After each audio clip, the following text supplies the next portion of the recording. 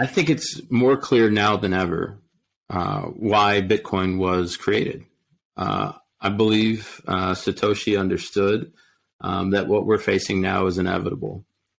I believe with all my heart that Litecoin, Digibyte, Monero, even Doge represents an opportunity for us to think and act differently and work collaboratively in a way that allows us to start becoming self-regulating. Don't wanna be the one to pop your cherry, girl.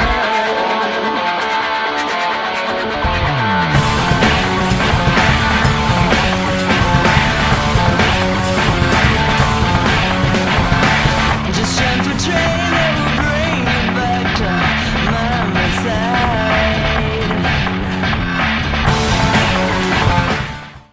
Hello, everyone. Welcome to another episode of the Medallion XLN podcast. Today, we are here with Johnny Law, contributor and longtime associate of Digibyte. And we're going to learn as much as we can today about Digitbyte and what their past challenges have been, as well as what their future implementations are. For everyone watching this podcast, if you're watching it on YouTube, hit that like button so it suggests the podcast to other people. And if you're watching it on Substack or Medium, interact with it as well. All right. So Johnny Law, thanks for joining me on this podcast. How are you doing today? Dwayne, I'm doing fantastic. Thanks so very much for having me on and for interest in Digibyte. You know, lots of folks have probably heard of it at some point, but maybe not so much know about it. So I'm glad to be able to be here and hopefully answer what questions I can. Absolutely. Yeah, speaking of a lot of folks heard about it, I've definitely heard of Digibyte. Like, you guys are one of the longest surviving blockchains, been around since 2014. And how long have you been contributing to the platform? Yeah, I've been in the shadows now for about 7 years. I'd say I was a cheerleader for most of that. So I was that guy that was like, rah, rah, rah, check out the amazing technology without really understanding the entire group of people behind the scenes making things happen. And so I was that guy that certainly kind of memorized some of the facts of how it all worked, but didn't really understand any of it for a long time. As of about 2 years ago, I kind of changed directions to start to get more involved in understanding all the different people that were working on really building a permissionless marketplace, and specifically within Digibyte, to see how I could be a supporter, how I could actually start to use some of my talents to help other people, and specifically, again, within the Digibyte awareness team. So the Digibyte awareness team, could you expand on that? Like, what is that? And how has it been set up? Yeah, so I think it was in early 2019, the need was, kind of established that there needed to be a group of people that were really focused in on bringing awareness to all the different things that Digibyte could do, and all of the different ways it could potentially be utilized, and start to kind of have a group to be able to work through whatever specific marketing that needed to be done, or start interacting with different exchanges or different protocols, and start to have collaborations, because we are in a decentralized world, and we truly are a group of volunteers. It wasn't always easy for a company or another blockchain to be able to reach out and contact with some entity and say, hey, we'd like to partner with. Well, there is nobody like that when there's no ICO, when there's no VC funding a team. There's none of that, right? So the awareness team sort of came together to be a point of contact for all that work. Very interesting. So how is the awareness team set up by the community in a decentralized way, or is it just a group of people who are passionate about the project who just come together and take it upon themselves to market the blockchain? Yeah, so initially it was set up by a group of folks some time ago that were really passionate volunteers. And you think Rudy Bowman and Jared Tate and Laura Taylor and a number of other fantastic people. And you can see them if you go back into some of the, the original YouTubes with Digibyte, coming together to say, we've got to get a little bit organized in terms of how we present ourselves, in terms of how we put together education materials and how we share and how we begin to partner. Because ultimately, in this world, it's such a kind of new idea. It's territory that's not been established. There's no clear roadmap ahead. So it was more about coming together without a clear roadmap, but we know we have to do something a little bit different. So all the volunteers that are in Digibyte Awareness Team presently are from all walks of life, from all over the world, coming together, talking about different ideas about how to further development, how to further awareness, marketing, whatever the case might be. But we're all volunteers, 100%. That's pretty cool.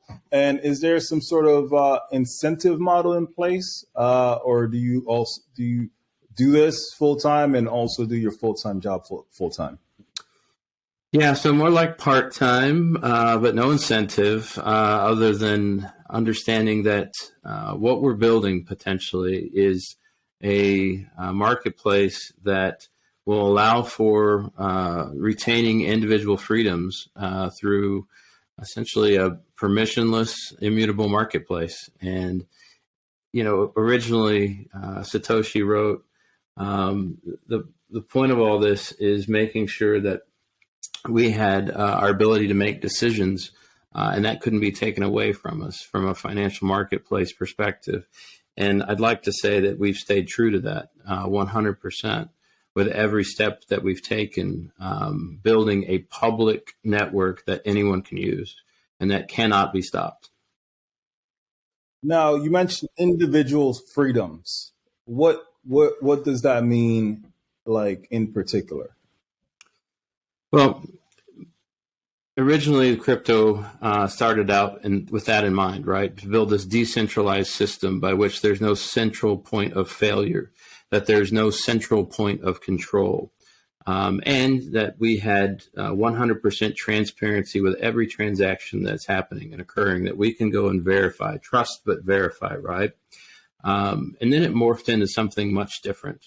It morphed into essentially recreating legacy structures with new technology, right? So cryptocurrency became about how many tokens can you generate? It can be how fast can you move transactions, even though it doesn't live up to the decentralized, immutable, and permissionless technology. What we ended up creating in the crypto marketplace was thousands of tokens that literally could freeze up. We see it happen with Solana 8 times this year so far, right? It has a centralized point of failure.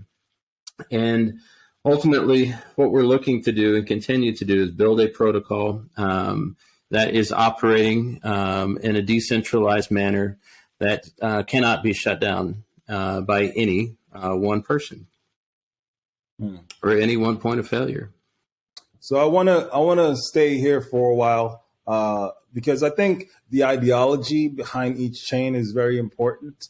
Of course, the technology is important as well as like pretty much the hands and feet of the blockchain. But the ideology is like the why, like why the Digibyte and what separates you from Ethereum and Bitcoin and just the thousands and thousands of tokens. So I wanna stay here for a while. So Digibyte, for example, has I think 5 proof of work algorithms to like make sure that it's like a super secure blockchain. Like, isn't 5 a bit of an overkill? Yeah, I mean, potentially. The idea here, of course, is even making it more complex to launch a 51% attack, right? So with 5 separate algorithms, you would have to essentially be able to dominate all 5 of them at 51% because each of them are having 20% of the blocks at any given time. And you think about that, you think of, which is what we call multi-shield, and then real-time difficulty adjustment, by which difficulty is adjusting not every block, but within a specific time perspective. I'm not going to say it's impossible, but it is very expensive. At today's prices, it's still prohibitively expensive. Yeah. So I spoke with a cybersecurity expert a few podcasts ago, and he warns of quantum computers and looming quantum computer threat coming. And because Digibyte has 5 proof of work consensus algorithms, would that make it more like, to date, no quantum computer has hacked any blockchains? And I assume like with 5, it'll be a lot harder, but would it be impossible to hack a Digibyte blockchain? I wouldn't say so. I'd say the challenge will be at that point, if we make it there, right, Dwayne, which I've read some of those articles as well, that here on my desktop within the next 5 to 10 years could sit a quantum computer that could literally break any encryption protocol that we currently have within an hour. So I'm not going to tell you it's impossible, but I would tell you it doesn't make us the lowest hanging fruit. So there will be others that are far easier, quite frankly, to reorganize. So from a security perspective, we're always looking to be the hardest nut to crack, so to speak. Definitely understandable. Now, I want to understand, definitely from a branding standpoint, what makes Digibyte different from the other cryptocurrencies? Like, what, if you can just hone in on that one thing that just separates Digibyte away from everything else, what is that? I would definitely say, and this is kind of sound cliche, but I would definitely say some of the people I've interacted with along the way, the folks that are still here are education focused. And it's not just about education surrounding cryptocurrency. It's the basis of what constitutes money. It is the basis of what does it mean to be free? What does it mean to operate without constraint? And I've seen the community and the people I interact with be so generous with their time in holding the hand of a new person coming into crypto and helping them understand and steer them away from some obvious scams and pitfalls.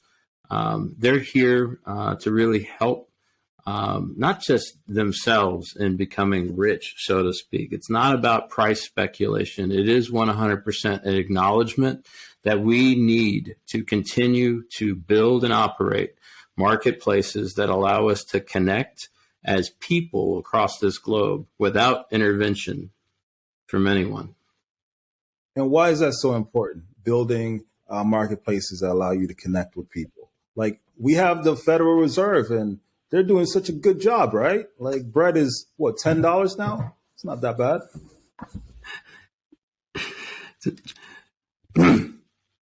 That's a great question, Dwayne. I think it's more clear now than ever why Bitcoin was created. I believe Satoshi understood that what we're facing now is inevitable. I believe with all my heart that Litecoin, Digibyte, Monero, even Doge represents an opportunity for us to think and act differently and work collaboratively in a way that allows us to start becoming self-regulating. We now know that regardless of regulation, we can't rely upon authorities to regulate themselves, including the Federal Reserve, unfortunately, including some of our elected representatives. We have regulations in place that have and should have avoided many scams, should have avoided too big to fail, right? And we're going through another too big to fail moment right now. that should have avoided many of these fiscal mistakes. That did not, because honestly, one was not one. And there was all sorts of mathematical rules violated along the way as we pretended as though we could create money from thin air and it wouldn't have an impact. We've seen regulators utilize money as a means to choose who wins and loses in society. And not just at a local level, but across the globe. From a technology perspective, we've seen them intervene with money. From a developing nation's perspective, we've seen them use money to exploit poor countries and steal their natural resources. All of these things should point to each and every citizen of planet Earth and say, maybe there's a different way. At this point, the US dollar has been weaponized for a great many years, and we're seeing the results of that now. It's more clear to me now why Bitcoin was created. And Digibyte is, at its core, Bitcoin with some improvements. It's needed. You and I have the ability to understand what is real and what is not by looking at the blockchain and verifying that what somebody says has occurred has actually occurred, and verifying that the money that we have goes to exactly where we want it, and that our money can't be devalued by somebody whose best interest is to devalue it, that our money can't be used to pick winners and losers, some of which we would wholeheartedly disagree with, to wage war. And I'm sure you know all of this, Dwayne, but it's time. Technology is here. It brings to this moment our ability to think in a win-win perspective and to act in a win-win perspective. It will require a great deal of effort and education, and will require people truly understanding just how broken our system is right now. And it will require the ability to do so and operate freely moving forward. I'm glad you brought that up, especially about our politicians and, because we just so freely allow our politicians to be corrupt. Like, it's legalized bribery in the United States, especially after, I think, the Citizens United ruling that says corporations are people too. That should be a bumper sticker. So after that, pretty much any sort of corporation can buy any politician they want. And there's no rules. No one's regulating the rulers. They're regulating us. They tell us, if for example, if you are if you have stocks and you're a head of a company and you have stocks in the opposing company or whatever, then that's illegal. But politicians who are making the rules to benefit different companies and pick the winners and losers, they can buy stocks in whatever company they want. Right before COVID broke out, all the politicians were selling all the stocks that wouldn't benefit during the COVID period and buying the stocks that would. So it's pretty interesting. But just because we see those problems, that doesn't mean that if we go the blockchain route, that those problems will disappear. Those problems will just transform into something else. So that's right. What makes Digibyte what makes Digibyte resistant to those types of interferences? It's not. I mean, Dwayne, any new technology can be distorted, right? It'll come down to each and every one of us and our ability to educate and our ability to really help connect the dots for people to become an environment by which we self-regulate. And I'll give you an example of just how we've done that here recently, right? So I noticed that there were some opportunities with the information that was being reported by centralized exchanges from a trading activity perspective. It didn't make sense to me based on what I was seeing rather in the on-chain activity, right? So I started digging in with the help of many community members to understand what was being reported versus what was actually occurring in the marketplace, and found a number of discrepancies, and began to understand how those discrepancies were being utilized to inflate volume in the marketplace and potentially have an impact on price trend over time. We worked directly with CoinMarketCap and CoinGecko and asked, based on evidence, for them to remove specific exchanges from the reporting mechanisms so that it would not overinflate our volume. Because ultimately, we don't want to show that we're doing, $7 million in daily volume if we're actually only doing $1.5 million. And I would be willing to bet, Dwayne, that we're probably the only community in all of crypto to say, you know what, I don't think that volume's real. Why don't you go ahead and remove that from your reporting mechanism? And let me show you exactly why it's not real. And there's a lot of question to me whenever I began advocating for this. They're like, well, what's that going to do to price? And what does that do for our awareness? And I was like, I really don't care. It's not about the price. It's about, are we doing everything that we can to regulate ourselves? And are we being a good steward to the entire marketplace and call for action that, hey, there seems to be something wrong with how these reporting mechanisms are working? Why don't you take a look at it as well? We had several Twitter spaces by which we hosted those exact questions to get awareness in the marketplace. And about 2 weeks thereafter, after a number of online publications picked it up, an article came out from Forbes describing just how off Bitcoin trading was. Specifically, 51% of the Bitcoin trading could potentially be overinflated, be fake. So it was really interesting to see that kind of spread. And as we talk about centralized exchanges manipulating those systems in order to inflate volume in the marketplace, in order to inflate their influence or their activity and potentially bring traders into the marketplace. Well, it's not about asset speculation. That's not what this is about. We want a marketplace where utility reigns supreme. Okay. All right.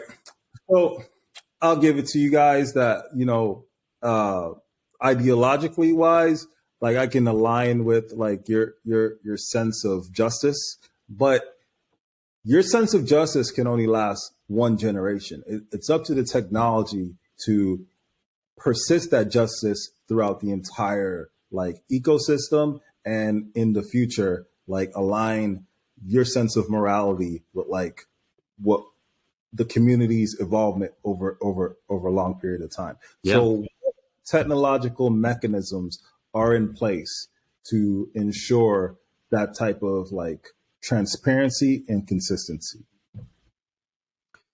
Dwayne, none presently. And I would say that's true for everyone. I would tell you the focus is on, for me, and as I try to educate through other people, moving to truly decentralized exchange systems by which we're operating peer-to-peer. Exchanges like Shapeshift.io, Komodo through their Atomic DEX platform. Decred is now beginning to spin up their own DEX so that we have true peer-to-peer interactions rather than relying on centralized exchanges in order to begin to really think through what are we willing to trade peer-to-peer based on utility and use of those coins, because right now it's still asset speculation. We're not using the coins for what they were intended. And that's true of even me right now. I'm not building a marketplace right now that says I can go out and take care of my monthly needs by utilizing my Digitbyte coins, and what value does that bring to that merchant? Now, that's changing very quickly. working with farmers in the local area to start to understand how they can accept cryptocurrency, so that you can truly operate peer to peer. Working with different organizations to start to integrate some of the payment systems that allows for them to actually operate more, efficiently, right? So not paying the 2 to 3% that they would be paying Visa, MasterCard, or Amex. But that also gets them thinking in terms of they still have to go to fiat. And we've got to create a system by which that's no longer a necessity.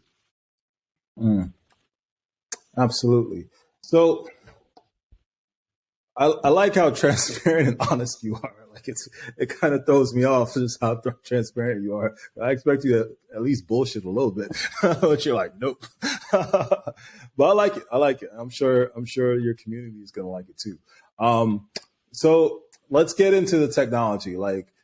So Digibyte, it's been around since 2014, which is I think a year before Ethereum launched. So I've been in the crypto space since 2016, and I've on the periphery, I've seen Digibyte go up where it's massive enthusiasm, and then go down where it's being delisted everywhere. So where are you guys now, and where do you plan to go to in the future, technology wise?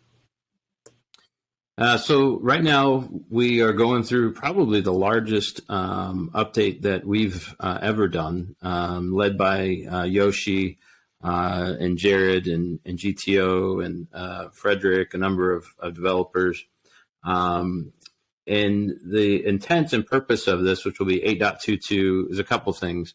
The biggest of which is essentially doing unit tests on every piece of the core protocol. And so we've never, to my knowledge, gone back through and really ensured that, and this is true for a lot of UTXOs, by the way, but we've never gone through to make sure that no errors are generated any point of the way. Now, it's important to note here that nothing was ever going to stop the chain from continuing to stack a block, right? That's not it.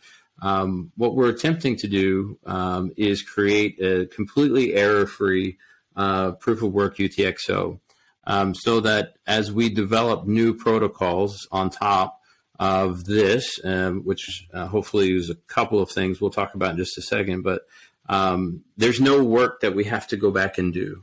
We can move beyond, we can say we're clean, and this will be the first time in the 8.5 years that we can truly say that everything that was done from this point backwards in history is clean and clear. There's no need to go back and address anything from this point back.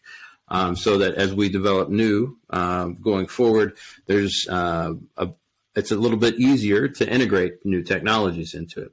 High on the list would be an algorithm or two swap, and that is contentious at best in terms of what that looks like. But we've discussed two algorithms switching over because we're primarily ASIC dominated, right? So we've got 4 ASIC algorithms and 1 FPGA algorithm. And we definitely want to move to a more grassroots sort of look so that we can further our decentralization and allow for individual participants to be able to mine and to help secure the network through both CPU mining like RandomX and GPU mining like ProgPal. So that would be probably what's next on the horizon.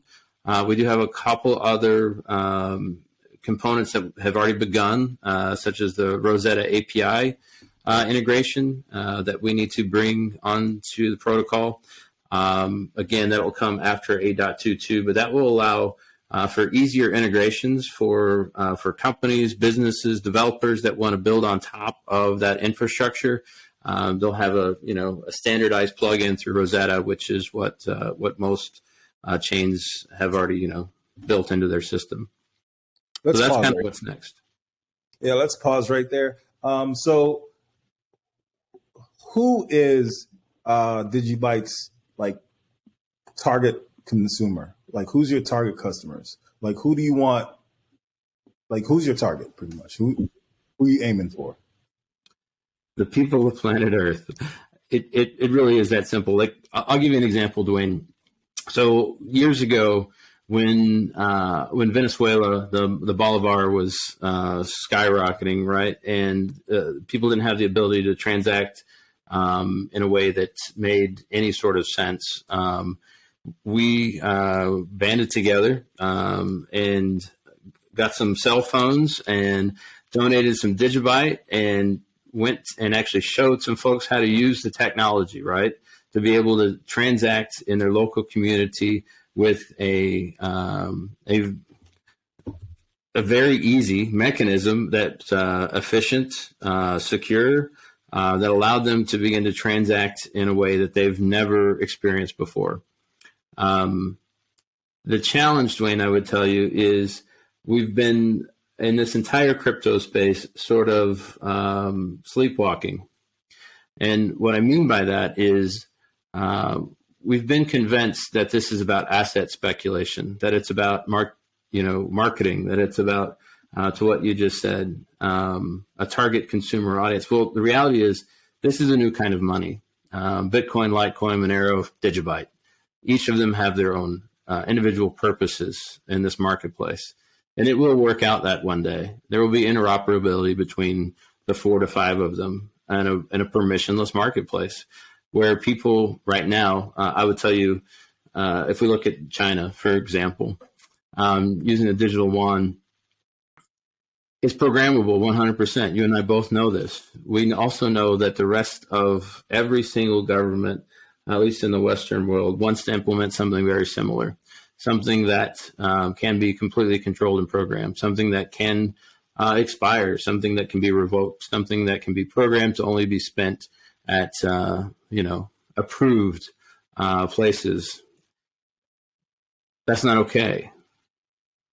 We exist to make sure that that's not the only option. Okay. I understand your answer, but the answer is just not good enough because the people of planet Earth is too broad. Like, so you want Elon Musk to buy like all the Digibyte in existence, then what, right? Like, so like who are you going after? Like what purpose like do they want to use Digibyte for? Like, does Digibyte make the transactions easier? Like, I know you guys do like really, really fast. Like you use the SegWit, right? Segregated witness. And that makes bigger blocks, but like you can do more transactions per second, right? So I think you're like in the 3 digits now as far as 1,066. Oh, four digits. Yeah. So I'm sure you guys have like a specific kind of target that you're going after that like the people of planet Earth is just too broad. Like most of them don't even know what crypto is. Like what's your target? Like you got to start somewhere. Like what's your target? Like who you going after? Like people in third world countries to get them on a more stable currency. You're going after super rich people to like get them to boost your price. Like you gotta give me a real answer. I appreciate that, Dwayne, and you're not wrong. I understand exactly what you're saying in terms of how we're going to build adoption and really fulfill a need that is current and present in this moment. The short answer to you, like I look to emerging ecosystems and emerging economies across this world, right? I look to the continent of Africa and say, there's an entire group of people who truly understand how money has been weaponized against them for a very long time to exploit their countries. And they need a means and mechanism to begin to operate outside of those control systems. They're already figuring it out through Bitcoin right now, knowing that, Nigeria's highest per capita in terms of transactions of any place on planet Earth, right? They understand the value in a permissionless system that cannot be controlled from external influences. So you're absolutely right. Who we truly appeal to is those countries, like I mentioned earlier, in terms of Venezuela, in terms of El Salvador, Guatemala, some of these countries that have certainly been heavily manipulated throughout history. those should be our targets. Okay, I accept that. So,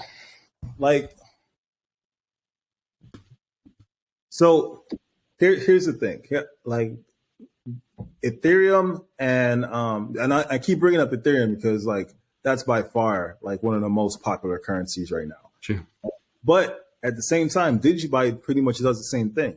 Digibyte allows people to, write smart contracts. You guys do smart contracts. You have assets like NFTs that you can do. I think it's way cheaper, like the fees that you charge or to transact are super cheap. So it's like, it seems like on paper, when you compare apples to apples, like it seems like Digibyte should have the advantage, and it's a lot faster. Like you guys do what 10,000 or 1,000 transactions per second. So Ethereum only does like 24. So why aren't you guys more in the lead? Is my question. And I would tell you that's a whole show, Dwayne, that we could kind of go through point by point of what's occurred in the crypto market space over time. I made mention of it at some point. Success has been determined by asset speculation largely, and there's been a lot of manipulation along the way. I would argue, though, that to your point, the technology is already there. From a technology perspective, we've already won. But you are absolutely correct in terms of making people understand why we should exist and why they should give Digibyte a try is going to require a concerted and more targeted effort than what we have right now, just simply saying that we are the best, which, we're glad to say in many regards. From a technology perspective, we'll put the technology up there against any blockchain and say, well, let's talk about it. As we talked to this last week, we were able to highlight through the Digibyte Alliance exactly what DigiID does from an authentication perspective as a technology that was created and is completely open source and free for anyone to use. I use it pretty much on a daily basis to operate with DigiAsset X, which is our NFT platform, or one of our NFT platforms, through the Coinami wallet, which they integrated probably 3.5, 4 years ago. It's fantastic. I use it to sign on to changeangel.com. I don't have to input any of my login information. I can literally just scan it with my phone, which has access and references my cryptographic keys. I just sign into my wallet. It does the work for me in terms of signing into a website. There's any number of things on a technological perspective where I could say we're winning already. And the technology is just going to keep improving, and we're going to keep working on that technology because, to your point, we have to build that technology to resist what's coming next. And so regardless of asset price, regardless of whether or not we get sort of shadowed in the marketplace, we're going to continue to build out in decentralized ways, whether that's a decentralized exchange, whether that's improving our grassroots mining efforts, and or just preparing for what's next from a security perspective. I know that we have a great number of volunteers and dedicated developers that's going to continue to anticipate what comes next and build a blockchain that can do it. Okay. So your DigiID product, is that like a authenticator? Yep. Okay. What are some other products that you guys have?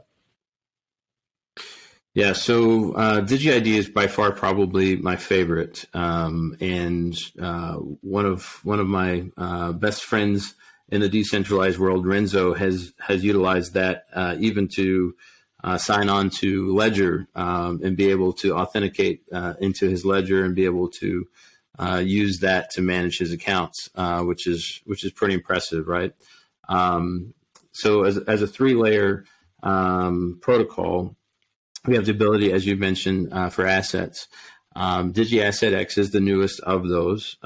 We have a number of artists and a number of developers like Renzo building some pretty cool stuff. We've got some. We actually have our first games on that system now. We've got a graphic comic book. from DGB, which is really fantastic. I've seen lots of comic books from a lot of different artists. This is absolutely one of my favorite. And the interesting part about his is everything that we've been talking about from a decentralization perspective, he weaves into the entire comic book and makes it about education, about money, about what's coming, and about how do we have to prepare. And it's fun and it's exciting, right? So we got that on there. We are about to launch domains. So Renzo has been working on digibytedomains.com, by which we'll actually be able to tag our addresses. So mine will be johnnylaw.dgb, which is why you see me wear it. I've been wearing it for a few years now because I knew the technology was possible, by which any wallet with some simple integration will be able to send funds by name to specific addresses that we can actually rotate those addresses as we send transactions. So it would be as simple as literally as you complete a send transaction, it can transition your asset to another address. So regardless of what wallet it's in, you can always send to Johnny Law, and it'll always query and find the right address to send the funds to. Which is pretty cool. And there's very minimal fee, just like the rest of what Digibyte does to make that happen.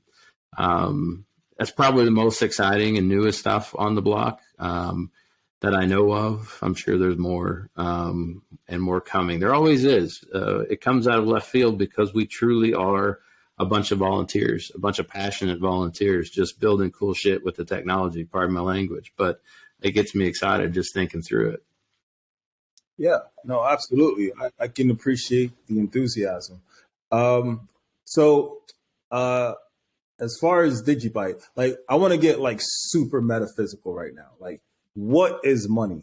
Like, what is money, and how is Digibyte evolving money? So money is communication in my book, right? So we're here having a conversation, no doubt, right? We're exchanging our time for understanding in some respect. Neither one of us getting paid for this that I'm aware of, right? Hopefully Dwayne has a great show and everybody hits that subscribe button and you're able to monetize a little bit over time. I'm all for that, right? Because, you know, I appreciate the questions that you're asking and I look forward to subscribing myself. But money is a means to show what is valuable. It is our vote in the world, right? And the problem that I see in how Digibyte, Bitcoin, Litecoin, Monero, that is capped assets that can be proven, basically allows us to say one is one. And for the first time in a very long time, we can all potentially agree that one is one, and that we can see and prove how our vote was cast. And for me, at the core, that's truth. So money is communication. That is hard money, a provable unit of measure that cannot be deleted, that cannot be reversed. And I can always know where it's at. Not a great answer, but No. Let's build. Let's build on that. So money is communication. So I would define money as like the ability to exchange assets, right? And let's go to the beginning of money, where like before seashells were used as money, but seashells, they weren't you could find seashells anywhere, right? So then we moved on to more valuable metals like copper and silver and gold, right? Because you can carry them around and you can exchange, and you can say, hey, for 1 bar or 1 coin of gold, I get 2 cows, right? And that'll be the exchange. When you go to the supermarket and I want 2 cows worth of bread for this 1 gold, right? Or whatever the exchange rate is. So now we're in this world where money is not something physical. It's an idea, right? And Right. the idea receives value based on the community that uses the idea and communicates with the idea on a daily basis, which is the market cap, right? So now, like in this world, what is this? Like, I'm trying to figure out, is this the optimum like money? Like, it's not a question I expect you to have an answer to, but it's like more of a theoretical question. Like, is digital money like the optimal form of money, or is gold the optimal form of money, or even, paper? Like, because paper is backed by the military, and the military protects our oil, and we use oil on a daily basis in our cars. So that's valuable, right? So I'm trying to figure out like what's the future? Like, is paper metal, or this digital currency? Like, what is it? Like, what's the winner here? Like, and I'm not like trying to ask you a trap question or anything. Like, I'm asking a real question. Like, what's the winner? What's moving forward? Like, which one which path are we gonna go down, and why? Like, what are the pros and cons of going down each path? Do you have like a thought on that? Yeah, no, I think we're already starting to see some of that that very question be answered in front of us, right? With inflation as it is, I've already seen these kind of parallel economies start to develop here in the real world, right? I'll give you an example. Like, I'm trading, a weapon for some cow, right? And that's real. Like, that's a friend of mine who has ranch lands, right? That he knows I like cow, right? So he also knows, based on our relationship, that I like other things. And we came to an arrangement that allows me to have cow and him to have something that he wants, right? But I believe digital currency will be that medium of exchange that allows for, if we don't both have something the other person wants, but we might want something the other person has. And we need something that is easily transferable, that can be proven, something that's relatively quick to transfer that value, and something that can't be manipulated from external forces. And that's why I believe digital currency will become that medium of exchange, because we're not always going to have the ability to interact and have that thing that somebody else is willing to trade for. So there's that seashell, so to speak, by which, if we collect these seashells and somebody else agrees that that's a real seashell that came from this particular beach, and that's a very rare seashell or color, whatever the case might be, it might be a little bit more valuable than something else that my neighbor has. And that's where I think having different options that are interoperable based on their utility will have different values. Ah, okay. Yeah, that's a great answer. Now, whenever you bring up Digibyte, you also bring up Monero and a few other privacy coins. Is Digibyte a privacy coin? No. Okay. I was No. curious. But No. it's with Monero and privacy coins. So if there was a need, you can definitely do that, right? Well, it's in an interoperable world. There'll be different needs for different chains, right? So based on what you're trying to accomplish. Right. And I'm not a maxi for Digibyte. The reason I talk about Digibyte so frequently is because, quite frankly, no one else does. And I believe people, fundamentally, a good portion of people, there's a lot of Bitcoin maxis in this world, who will just go around and basically tell you nothing else has value, which I think is completely nonsense. I do find value in Bitcoin as a store of value, as a digital currency, but I don't believe it is the only thing. And if I'm thinking about cash, something that can work quickly, and is just as secure, if not more secure, in the current environment that we're in, Digibyte makes a hell of a lot of sense in terms of its speed and efficiency. I mean, we took through, I think, 60 million Digibytes I posted, moved in the span of seconds for a cost of something like 6 cents. That's pretty cool. So, let's think worst case scenarios, right?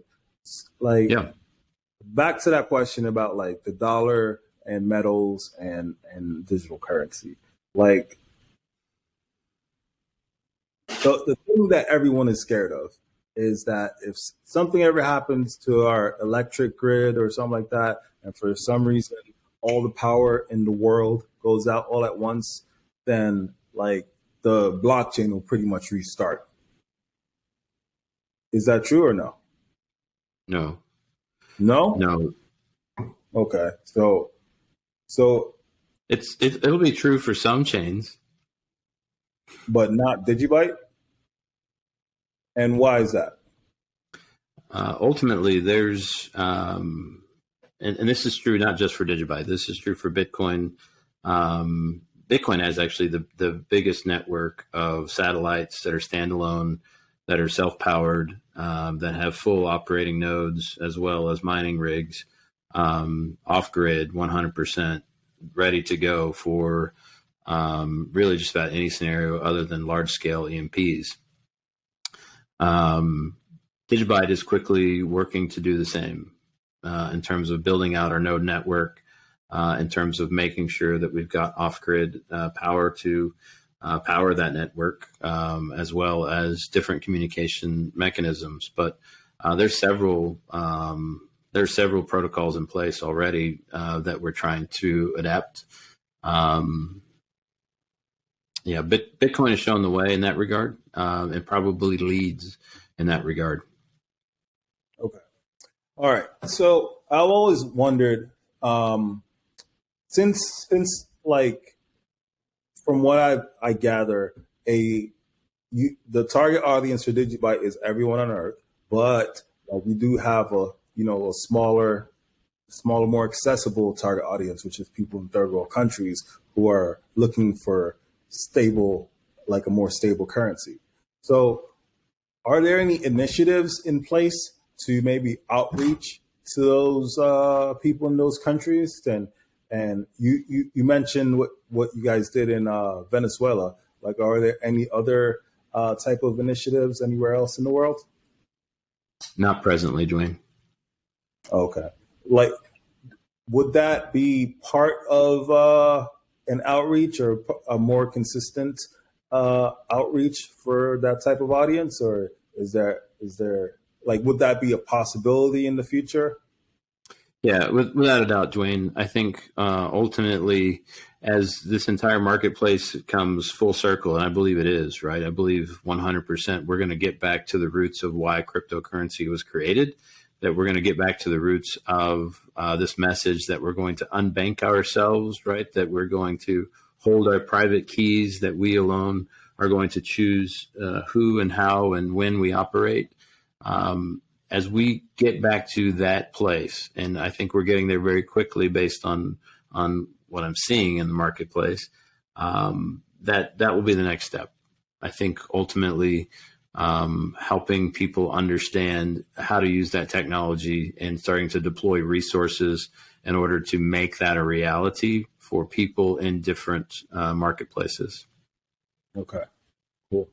Now, doing my research, I heard about something about AI powered blockchain, or something about using AI to the Internet of Things, IoT. Yeah. Tell me about that initiative for Digibyte. Yeah. So, and on Dwayne, it's not something I focus on too much. A lot of different analysts put us in that category of Internet of Things, sort of blockchain. And the reason they do, I believe, is because of our speed and efficiency and our security, right? So it makes it such that, you can potentially tag an address with an asset that's provable and be able to communicate quite efficiently and easily within that, and have it be secured by our blockchain, right? And it's cheap to do so, right? So if you think about threefold, are you familiar with threefold? No, I don't. I'm not. So there's a partnership between Digicore Labs and Threefold.io. Now, Threefold's working to decentralize data storage as well as server power, right? And so when they're like presently building out in the UAE essentially a new subdivision, right? So new housing development, and they're installing Threefold nodes inside each and every home. And on those nodes, essentially exactly what you would think. They're mini servers, right, that would hold pieces of data and handle pieces of the server requests. And Threefold essentially is using through their quantum safe file storage secured by Digibyte blockchain, the ability to locate your data pretty much in whatever jurisdiction you want, and you can have it essentially be duplicated across many places and 100% distributed across large networks, so that if you're thinking in terms of trying to hack data, it's really difficult when it's built on a matrix across a very large network across many regions of planet Earth, and then secured by cryptography, right? So Threefold uses and is going to potentially continue to build on Digibyte technology to do that. They actually formed a third entity called Digi3 Labs to work on just that aspect of life. Now, again, they're independent, right? So they're using the protocol, they're using the technology, they're using the network. There's nobody to ask permission to do so. They're just building it on top of it, using what's already readily available. And that's really what we see and hope to be able to empower within different organizations to be able to do. That's what it's there for, to be utilized, right? And so it's really cool to see them build it out. If you dig into them, they've been around for quite some time as well, and big into the decentralization space. And if you think about how regulations are going in terms of data storage, they're ahead of the curve by a large margin, because they'll be able to help organizations, institutions, and even nation states locate their data and their server processes in friendly jurisdictions. It sounds very, very important. So data storage is in like IPFS, like, right? Like kind of like an alternative to IPFS, yes. So Threefold is an alternative to IPFS, or it's building an alternative? It is. It is. Okay, for sure. That's good to know. And so IPFS, for everyone, I'm sure most people know, but it's decentralized, like data storage blockchain. I don't know. Like, it's not a blockchain. I don't think it's a blockchain, but it's like a decentralized way to store data. And it pretty much communicates by finding the person with the person who's closest to you who has that data, instead of like fetching it from like a network where everyone has it and it takes a lot longer. You just go directly to the closest source. So that's pretty interesting. So what you're saying is that Threefold, like nation states could use Threefold to figure out like where data is, and could it potentially, like, suppose it's in a hostile area, could it potentially like remove it from that hostile area, or just like be notified that it's there? It can be removed and located to another piece of the grid. That's interesting. So tell me a little bit about your background, Johnny Law. Sounds like a cowboy. What's your background? I'm just a normal guy, right? So I've worked in the retail world for most of my life, and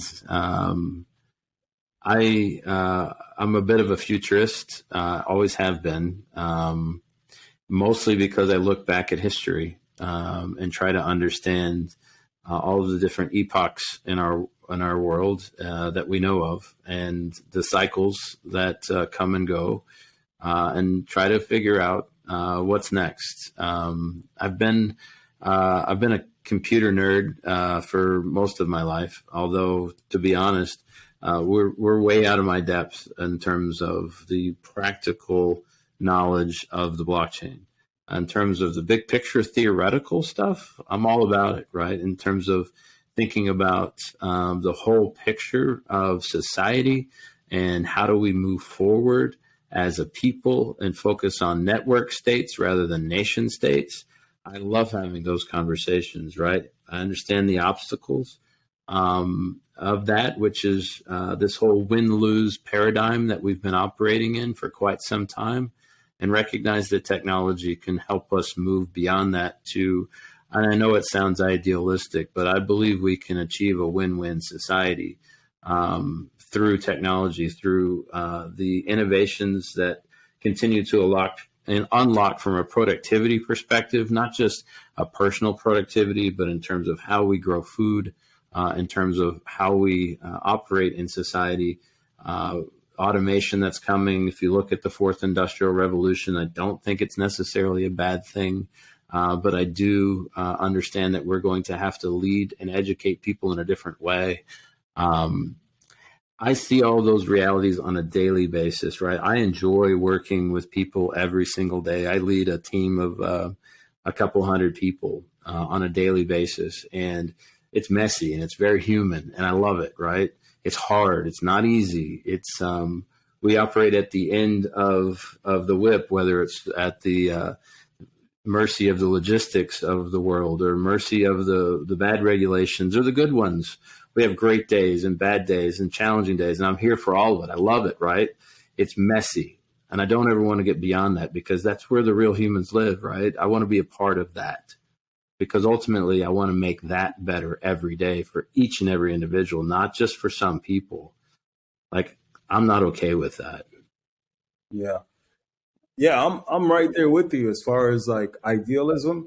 The only thing is, like, I've learned from history that, like, you don't want to go too far into idealism, and like you want to always keep in perspective like what the potential threats are, because Satoshi Nakamoto, he envisioned like a world like where each individual can be their own banks, which is a great thing. But one thing he probably didn't envision or didn't like account for was that speculation was just going to take over, right?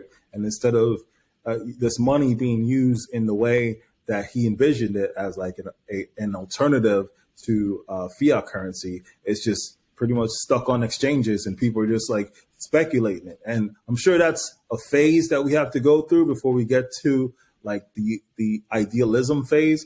But like he definitely didn't account that like Bitcoin is just going to be on exchanges, just being exchanged like every single day. So I think like we have to stay aware, like as we build the better future that we are hoping for. We have to stay aware of like the possible like downfalls and the possible ways that like the technology can be co-opted in ways that we didn't really think of. So that's why I ask these questions, because like I'm right there with you as far as like the idealism for blockchain, but I'm also like wary of like how, because right now blockchain is the hub of all scams. Like all the scams are here mostly because like it's the learning curve is so big. It's hard for like normal people to like really understand what's going on. But go on. I'm going to challenge you on that a little bit, Dwayne, because I do operate in the real world where everybody is every single day, right? The messy world. I see people scammed out of thousands of dollars daily on a daily basis in the old world, right? I see people getting scammed out of their bank accounts on a daily basis through phone scams, buying gift cards in the thousands of dollars while I'm trying to convince them, no, your grandchild is just fine. There's nothing wrong with them. They're not in jail. That's not a lawyer you're on the phone with right now. It happens every single day. However, it's not reported. It's not high on the list of what gets talked about, right? We're talking about this tiny $1 trillion marketplace right now. And we think as though it's a really big number. The reality of it's a tiny number, but it's a very powerful number because it represents everything that they don't want to happen. It represents a loss of control of those marketplaces, right? It's tiny. but it gets a lot of attention and for a very specific reason. Because if the rest of the world understands what you and I understand, things change. What do you and I understand? Just to be clear. We understand that fiat is at the core of many of the things wrong in the world, whether it's societal disparities, whether it's development of entire countries and societies, whether it's war, whether it's manipulation of a medical system and who has access to it, whether it is money in politics that line the pockets of people that are supposed to be representing us. Money is at the center of it. And the fact that it's not real. Mm-hmm. So just to push back just a little bit, like I don't really have a problem with fiat because to me, it's just a medium, just like Digibyte or Bitcoin or whatever. Like it's just a medium. It's like the system around that medium that needs to be like addressed, right? And I like just the same way that fiat has been co-opted to, do all these things in our name, which we don't agree with. I think that blockchain could also be co-opted in a similar way if we're not careful. So, the reason why I'm like really, I like blockchain is because, the thoughts behind it are really good. Like as far as like giving people the ability to control their own like digital sovereignty. I think that is really good, but also like that's only like this generation. Like the next generation is just going to be like money. I just want to make money. I just want to make money. I want to be rich. I want to be rich. So it's like, I think establishing like the protocol with rules that doesn't allow for you to, manipulate or to bring about like the same bad things that was happening in fiat. I think that's where blockchain has a lot of potential to shine, in my opinion. Yeah, no, I would 100% agree with that there needs to be and created self-regulatory systems, preferably through smart contracts, 100% transparent. And I think when I talk about fiat, I do have a problem with it because it's not transparent at all. There is no accountability. There's no auditing the Fed, right? There's no even auditing our defense budget. There's no auditing of how Social Security is allocated, invested. There's none of it. None of it's real. Like you can give $1.5 trillion to BlackRock, and they can, whoops, we lost it because the marketplace for arbitrary reasons, things can just disappear and happen, and it's because fiat. It's because money's not real, and it has to be made real. It has to be made provable. You have to be able to go and look and understand each and every transaction that's occurred. Okay. Yeah, I can agree with that. Like, blockchain definitely solves that in that area. Like, you're able to at least trace where the $12 billion in weapon sales went to. Yeah. Like, you can watch it and you can say, nope, it's still there.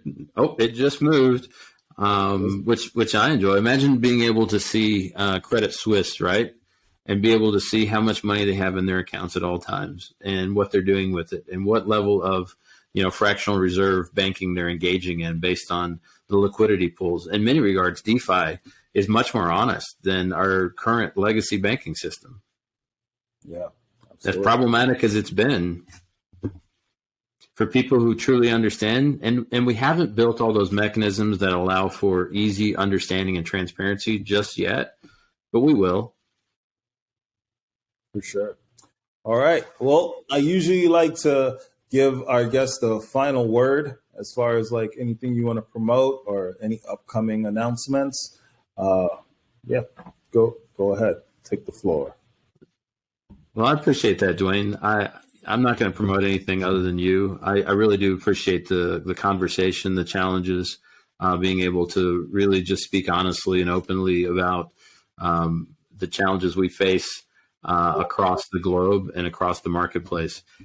ultimately, that's what we're looking to do. It's not about Digibyte first and only. It's 100% about building these marketplaces in a way that enable us to continue to have conversations like this and discuss what the future needs to look like in order to have more equity across the globe.